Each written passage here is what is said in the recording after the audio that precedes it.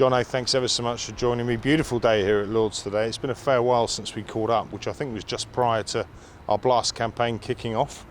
8 games in, be fair to say it's not quite gone to plan. No, not so far. Obviously, 0 from 8 is not what we're looking to achieve. It's been a tough 8 games so far.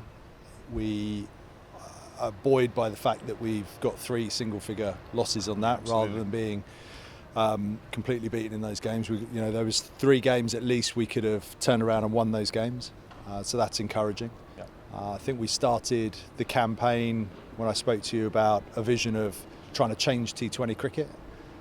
I think we're on course for that. It might not look like it with the results, but as we've spoken privately about at times, we're trying to change the way that we're playing the game. Yeah. And I think if you look at us as a history of 15 years and 2 quarterfinals, I think we are a team that have tried to get to a total and defend it rather than go above and beyond that total. And I think the modern game has moved on a lot, and we're trying to play catch up with that. If you look at the way we've gone about our cricket this year, we've tried to be on the front foot more. We have a philosophy now that we're trying to get to 200 every game and see how far we can push our batting. That means sometimes we're going to fall quite a long way short trying to get there, which we have done in a couple of games. But I think it's important as a club we get up with the times and we move ahead of the curve rather than always trying to play catch up. So at the moment this season for me is about changing our philosophy, changing our mentality about how we play our cricket, which is coming on nicely. I mean, this may not be something that people want to hear, but that of course takes time. You're not going to change a philosophy and a way we play as a group of players overnight. And I think looking on, obviously I work around the group, clearly not as closely as your good self, but I see where they're going and I see the progress we're making. Yeah. You highlighted those 3 games where we lost out in single figures. We win 2 or 3 of those and it's a very different dressing room. It's a very different mood within the membership. And the campaign starts to look a little bit different. Yeah, absolutely. Look, we're not hiding the fact. No one wants to lose 8 games on a trot. No. It's not a nice place when that happens. But I think we stay confident in what we're trying to achieve, and what we're trying to achieve is changing the way that we go about playing. And at the moment, in most things, when you try and change something, you have to go back a step to move forward too. If you don't do that, you just keep doing what you've always done, and that hasn't been good enough for 15 years. So I take it on the chin. I'm the one that if everyone wants to give pelters to for losing 8, that's fine. I'm big enough to take that on the chin, but I know that we're trying to change things. If you look at the way we've played so far, the first game against Surrey was a classic. Chasing, what was it, 180 odd or something, 190. We got bowled out in 12 overs, but we got 120 in those 12 overs. Yeah. You do that for 20 overs, you're getting your 200. Yeah, you're right. So how did he then progress to 15 overs, 18 overs? And I think the next few games we did that. We got to 15 overs, got to 18 overs. Now we're starting to get to 20 overs. So we're working out how to get 200 consistently, not just knocking it around, trying to get to a 150, 160, and maybe it's enough to win a game. Yeah. That's what we've done in the past, and we've averaged 4 wins a season doing that. Now you might turn around and say, well, that's better than what we're doing today. Well, it is, absolutely, but it's not getting us to finals day. No, of course. So we've got to work out how we get to finals day. And if we keep pushing the boundaries and keep talking to these guys and keep improving them, as I said previously, we've got a core of young players that we're going to support and back that we think are good enough. And they're the ones that keep pushing the boundaries to get better. Good stuff. John, I just want to look back at that Sussex game where I think we lost by 4 runs here last Thursday. We talk about this squad developing and this young group of players getting better, and as time goes on they will do, but you look at that game in isolation, you've got 3 players there in Tamal Mills, Ravi Bopara and Shadab Khan who've got 950 odd T20 appearances among the 3 of them. You look at our whole squad and we've got about 450. Now that puts things in perspective enormously for me. Are you at all frustrated? Obviously the financial situation the club is in makes it difficult for you to get out there and find that one player that perhaps might add a little bit of experience to your group. Does that frustrate you, or are you managing to cope with that? Look, it's frustrating. Of course it is. No one, as I said, wants to lose games. You want to be as stronger team as you can possibly be.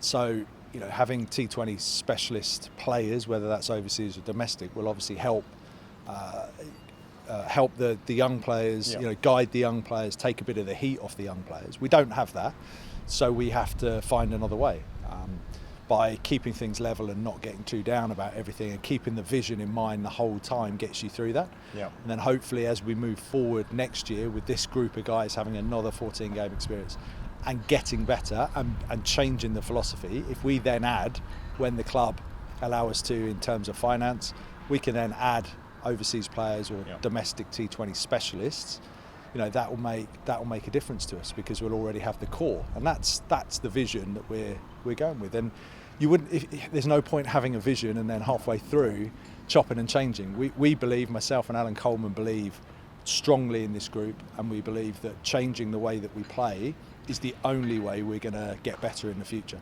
And as I said to you before, we've tried to win every game, obviously. I mean, it's not about just the future. We want to win every game. Of course. But I'm not going to sacrifice what we're trying to do long term for the short term just to win a game. It doesn't make any sense to me, because four wins out of 14, as we've done on average over the last 15 years, gets us nowhere. No, of course, I agree. Looking at one of the elements of that plan that you're putting into place and changing up the way you play, one thing I noticed that was quite evident for me in that Sussex game was Sussex hit 12 sixes, we hit 2. I've watched this side go out there and bat, and we're holing out into the deep quite a lot. You look at the stats on the amount of 4s we hit versus the amount of 4s Sussex hit, and we're way ahead of them. Is that something you're looking to implement? I know we spoke privately again, we spoke about the way the side bat and perhaps reducing risk elements, still going for high value shots, still going for boundaries, but not putting the ball in the air and actually trying to build in innings at less of a risk. I that think, makes sense. I think some of it is obviously their experience. When Bapara and Shadab came on and bowling in that middle phase when we're going well, they literally bowled every ball to the big boundary and got hit to the big boundary and didn't go for any like 6s or 4s pretty much. And that's their experience. Then when they batted in the middle in the same period, they targeted the short side, and we as a bowling unit didn't adapt well enough to that. So there's a little bit of experience in there. But yes, you're right. The previous games where we've long lost by single figure, you look back at the game at MTs, for example, we're talking to the guys about we don't want cross messages. We're on the front foot and we're playing with a lot of intent. I've had coaches come up to me and be a little bit, wow, are you still going that way? You're still playing with that much intent? And we're saying, yes, we are. And that's fine, but sometimes you have to reduce the risk slightly so that you're still there to last that 20 overs. And that might mean, for example, hitting a ball hard along the ground into the gap for 4 rather than trying to hit a 6 20 rows back. That's the small, striking at 400 rather than 600 is not a way of it's a way of reducing risk, but not reducing your intent to hit boundaries. So there is a little bit of smartness that needs to come in, but the language will always be the same. Front foot, we've got to play that style of cricket. Everybody else plays that style of cricket, and we're the ones that aren't, and we need to be strong with it. And funny enough, the game at Somerset out of the 8 is the one that's upset me the most, and it's the one that I've actually spoken to the lads about, because all the other games we were on the front foot. When we got the ball in hand, we're trying to take wickets. Might not look like it, but we're trying to work out attacking lengths, how we bowl our slow balls, what fields we set to it. With the bat, we're trying to hit more boundaries, be on the front foot more, taking on the spinners. All our strike rates have gone through the roof against spin, 7.5 runs and over to 10.5 runs and over against spinners.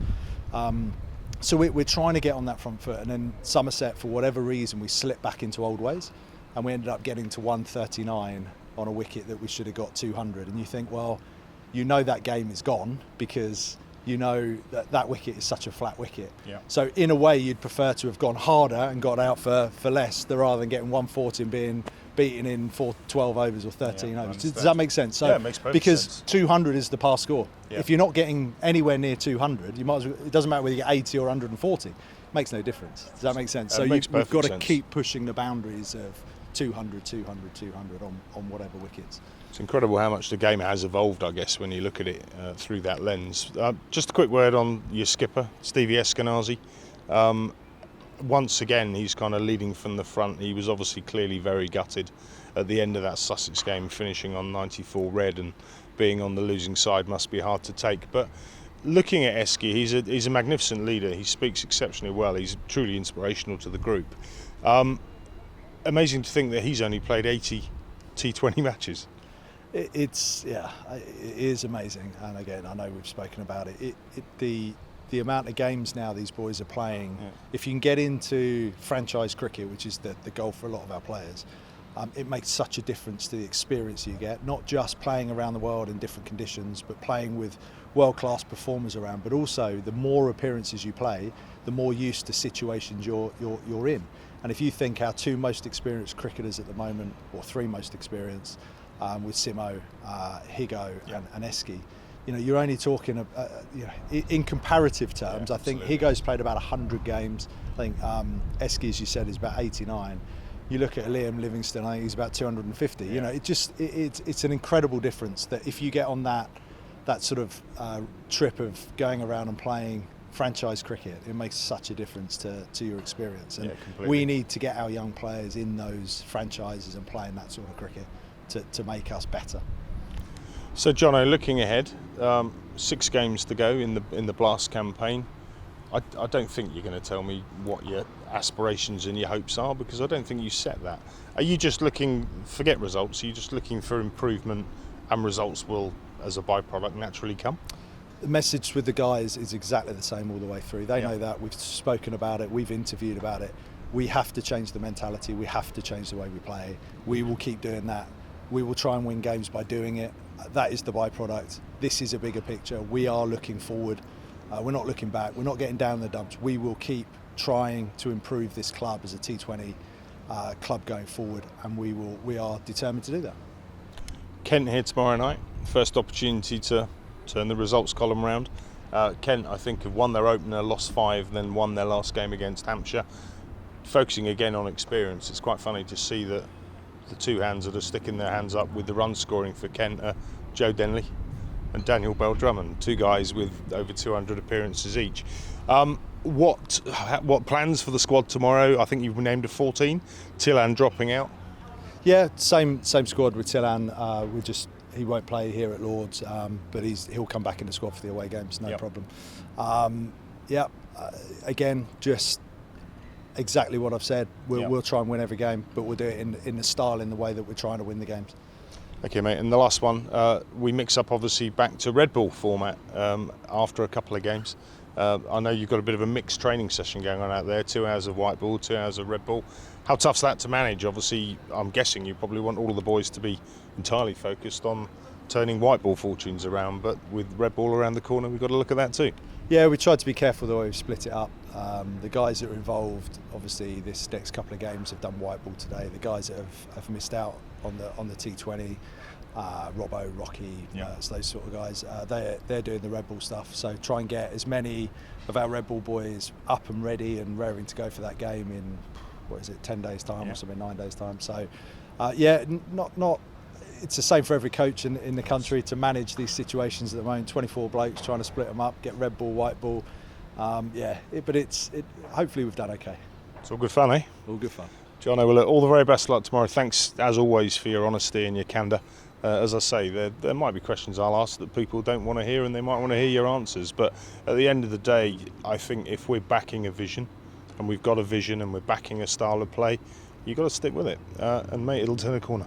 Yep, and as I said, sometimes you've got to go backwards to go forwards, and if you chop and change your vision or what you're trying to achieve, then it doesn't work. So we're very clear, we'll stick to it, and we'll still try and win every game.